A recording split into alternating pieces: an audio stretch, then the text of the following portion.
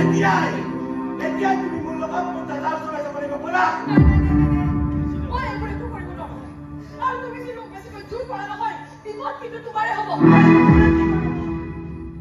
কোনে কি কৰিব প্ৰয়োজনতে সত্যটো প্ৰতিষ্ঠা কৰিবলৈ যাওঁতে মোৰ যদি কিবা বিপদ হয় মোৰ যদি মৃত্যু হয়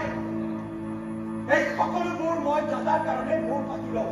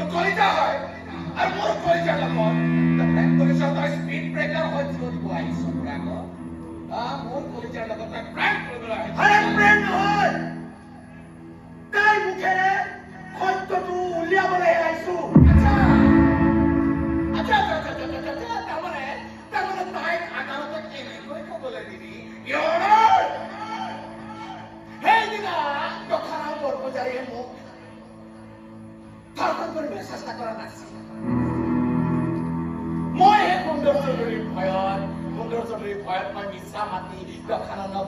দুখী বজাইছো